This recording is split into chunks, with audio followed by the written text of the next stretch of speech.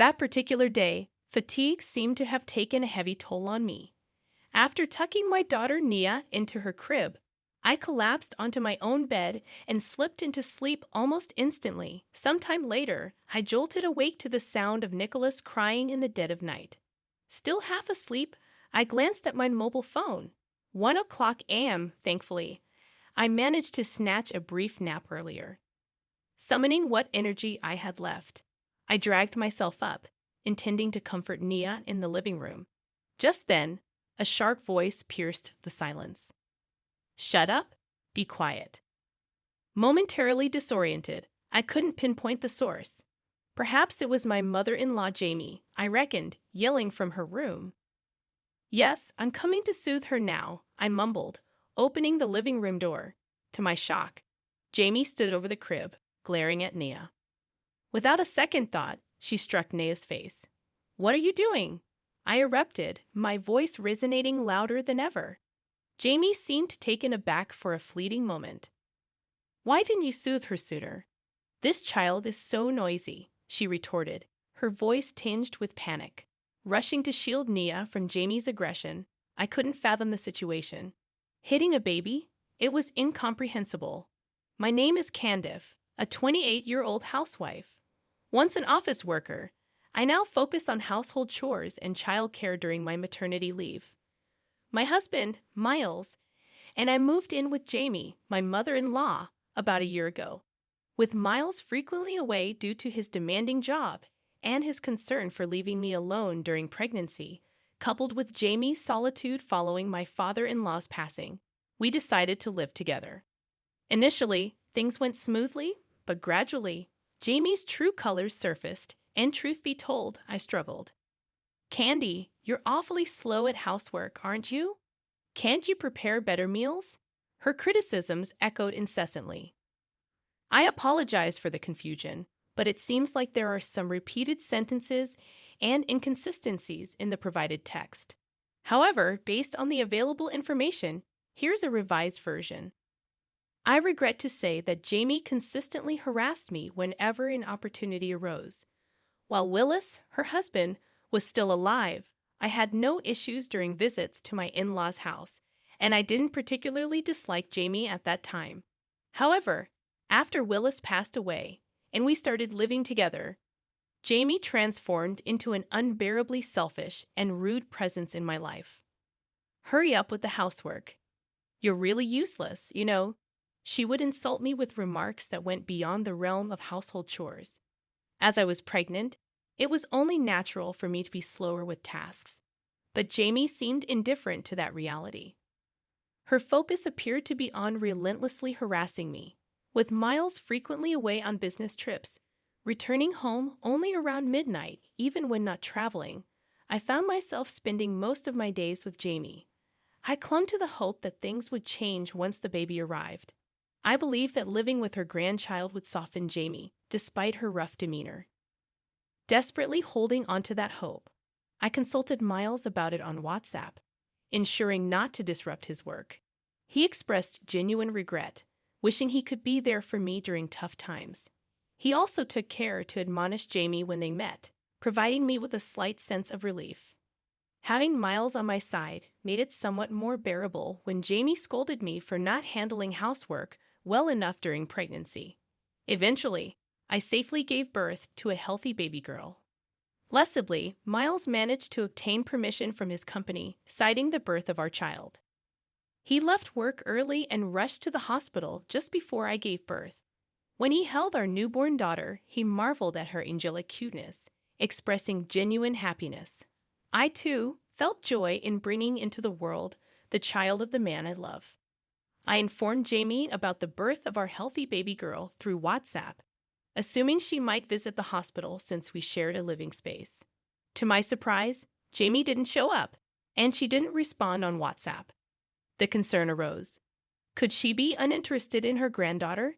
Anxiety crept in as I pondered whether the harassment would persist even in this new chapter. As I grappled with these thoughts, the hospital room door swung open. "Candice, how are you feeling?" "Wow, what a cute baby. It's a girl, right? She's going to be beautiful." It was my sister-in-law, La, who came to visit. La, kind and cheerful, had always been supportive. Married with children herself, I had decided to turn to her for parenting advice. "What's her name?" she inquired. Miles and I had chosen the name Nia. "Oh, that's a nice name. Wait, hasn't Mom come?" I explained that I had contacted Jamie, but received no response. La chuckled. "She's really a pain sometimes, isn't she? Unpredictable and lacking common sense." I agreed, appreciating La's straightforward nature. She had once encouraged me to vent to her about living with Jamie, understanding Jamie's difficult personality. La refrained from admonishing Jamie unless absolutely necessary, knowing it could backfire on me. Little did I know that life would become more challenging after Nicholas was born. Upon returning home from the hospital with Nicola, Jamie seemed to ignore the baby's existence entirely. Instead, she demanded, "Hurry up and clean." Stunned, I placed Nicola in her crib and began cleaning. Jamie, about 5 minutes later, started yelling, "Candy, come here."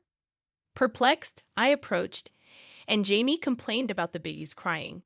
"Do something about her," she insisted, referring to Nicola as that baby and treating her as a nuisance. Jamie's mistreatment continued, criticizing Nicola's cries and yelling derogatory remarks. Each time Jamie yelled, Nicola cried louder, creating an uncomfortable atmosphere. Frustrated, I implored, "Her name is Nicola.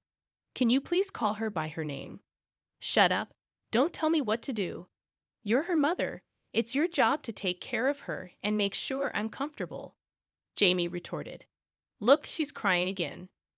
Nicola's cries had escalated due to Jamie's harsh words, creating a distressing environment for both the baby and me. After putting Nicola to bed, I had to halt my chores and attend to her soothing needs. Yet even this interruption incurred Jamie's displeasure. Upon returning to my chores after settling Nicola, Jamie exclaimed, "Ah, this is really in the way. Takes up so much space," as she kicked the crib. The crib shook, and Nicola woke up crying again. "What are you doing, Jamie? Shut up. It's your fault for insisting on putting such a big thing here," I retorted, exasperated. Yet it was Jamie who had suggested placing the bed in the living room to mitigate noise disturbances at night. "Are you complaining to me now? Stop arguing and soothe that noisy child," Jamie snapped, referring to Nicola in a derogatory manner. The situation felt untenable. Balancing household chores and childcare without incurring Jamie's wrath was proving increasingly challenging, and my exhaustion mounted. The constant criticism added to the strain. If I focused too much on childcare, I'd be scolded for being slow at housework, I lamented internally. And if I focus on chores, I'd be berated for my parenting, I added, feeling the weight of the conflicting expectations. With Miles away on a business trip for about 2 months, I felt the burden keenly. Attempts to seek solace and guidance from him over WhatsApp and phone calls were met with apologies and brief conversations. His apologies only added to my guilt, knowing he was working tirelessly for our family. Then, fatigue and stress reached a breaking point one night. Exhausted, I fell asleep soon after putting Nicola in her crib. In the wee hours, Nicola's cries roused me from slumber. Groggy, I checked my phone. 1 a.m., thankfully. I had managed a brief nap earlier. Summoning what little energy remained, I prepared to soothe Nicola in the living room. However, my efforts were interrupted by a commanding voice shouting, "Shut up, be quiet." Confused, I initially thought Jamie was berating me from her room. Resignedly, I responded, "Yes, I'm coming to soothe her now," and opened the living room door. To my shock, Jamie stood over the crib, glaring at Nicola. Without warning, she struck Nicola's face, prompting me to erupt in protest louder than ever before. Jamie seemed momentarily surprised by my outburst, caught off guard by the force of my reaction. "Why didn't you soothe her sooner? She's so noisy, this child." Jamie yelled back in a panic. Reacting swiftly, I rushed to the crib, lifting Nicola to shield her from Jamie's unwarranted aggression. The disbelief struck me hard. hitting a 3-month-old baby. Could this person really be human? Nicola's cries escalated to a pitch I had never heard before, and her tiny face had turned a shade of red that sent shivers down my spine. In immediate distress, I dialed an ambulance. At the hospital, the doctor examined Nicola and assured me that, while her face was red, there was no concern about bruises or injuries. A wave of relief washed over me, but I felt on the verge of collapsing. The doctor inquired, "What happened? Did you drop her on the floor or something?" I explained the situation to the doctor when my sister-in-law, entered the room. In my panic, I had called Illa while in the ambulance. Miles was on a business trip and couldn't come immediately, so I reached out to Illa despite the late hour. Illa described Jamie hitting Nicola to the doctor, leaving him speechless, and she herself shook with anger. The next day, I returned home with Illa, bracing myself for the confrontation. I entered the house alone, and Jamie, acting as if nothing happened, continued harassing me as usual. "You're late. Hurry up and make breakfast. You missed taking out the trash because you came home in the morning. You really can't do housework," she berated. Exasperated, I interjected, "Enough. Did you forget what happened yesterday? You hit a 3-month-old baby, remember? How can you act so normally? First, apologize for yesterday." Jamie's face reddened with anger. "What? Why should I apologize? That child was the noisy one. I just slapped her because she wouldn't listen. It's a part of discipline. I thought she wouldn't be quiet otherwise."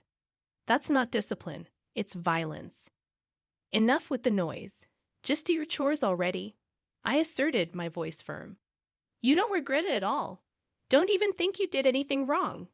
I called for Lila to enter the living room. "Lila, please come in." Jamie was taken aback. "Mom, what are you doing? I can't believe you did such a thing." "No, that's, Jamie stammered, flustered by Layla's sudden arrival. "Mom, you do realize that what you did is legally punishable, right?" Layla pointed out, her tone stern. Jamie's face turned pale. "Lila, you're not going to sue your own mother, are you?" Jamie pleaded, attempting to downplay the severity of her actions. Lila corrected her. "The one who's going to sue is Candice. I'll just be her lawyer." But wait, it was just a part of her education. Who would agree that hitting a baby is education? "This is a case of assault," I asserted firmly. No matter how much Jamie tried to justify her actions, such behavior could never be excused. "I'll definitely sue you. Be prepared," I warned Jamie, determined to seek justice. At that moment, Jamie began to cry quietly. "I'm sorry, Candy. I'd always lose control when I get angry and end up regretting it later. I've always been depressed and regretful about how I treated you and Nia. I truly am sorry for what happened. Why did I raise my hand to her?" Jamie continued speaking through her tears, expressing remorse. "I'd always wanted a boy for the eldest grandson. It was also Willis's wish. Willis's wish. It might be an old-fashioned thought, but we always hoped for a boy to carry on the family line. And when a girl was born instead, I was happy about the birth of a granddaughter, but also felt like I failed to fulfill a promise to Willis. And every time I got angry, I couldn't control myself. I'm really sorry." "Jamie, please calm down. Let's talk properly first," I suggested, trying to diffuse the tension. However, Jamie persisted. "No, I've done something terrible. No amount of apologies will ever be enough." She kept apologizing repeatedly, and I felt my heart waver, almost considering forgiveness. But then Leela spoke up. "Don't take her seriously, Candy. Mom always pretends to be deeply remorseful like this when she's cornered, just to end criticism against her. She did the same when Dad found out about her affair. He forgave her because he fell for her act, but her tears dried up immediately afterward. This is probably just an act too, right? You can't fool me." Leela's astute observation made Jamie falter. "What are you saying, Lila?" I examined Jamie closely, realizing that the tears that were flowing heavily just a moment ago had already dried up. It was likely fake crying. "Jamie, I can't forgive you anymore. How twisted can you be to try to weasel out of what you've done? Wait a minute. I'm not trying to escape anything, okay? Okay, I understand, but we've already decided to take legal action, I asserted. As I spoke, Jamie's face turned red with anger. Don't joke with me. Why should I be subjected to this by a daughter-in-law like you? How insolent! Just then, the sound of the house key turning was heard. Candice, is Nicholas safe? Miles' voice echoed through the tense atmosphere. Why are you here? I was taken aback. I had only contacted him on WhatsApp. I thought Miles couldn't come since he was on a business trip. I had called him several times in the middle of the night, but then he drove straight here. Miles had been driving since 3 a.m. and arrived this morning. I didn't know Miles was coming too. Mom, cut it out. I've been hearing about your harassment from Candy, and I've been warning you every time, haven't I? And now you've gone and hit my precious Nicola. I'll never forgive you for this, Mom, Miles declared sternly. Even you're blaming me? How cruel. After I raised you and La, Jamie retorted, her voice tinged with indignation. What are you talking about? You always left us with Aunt to play around.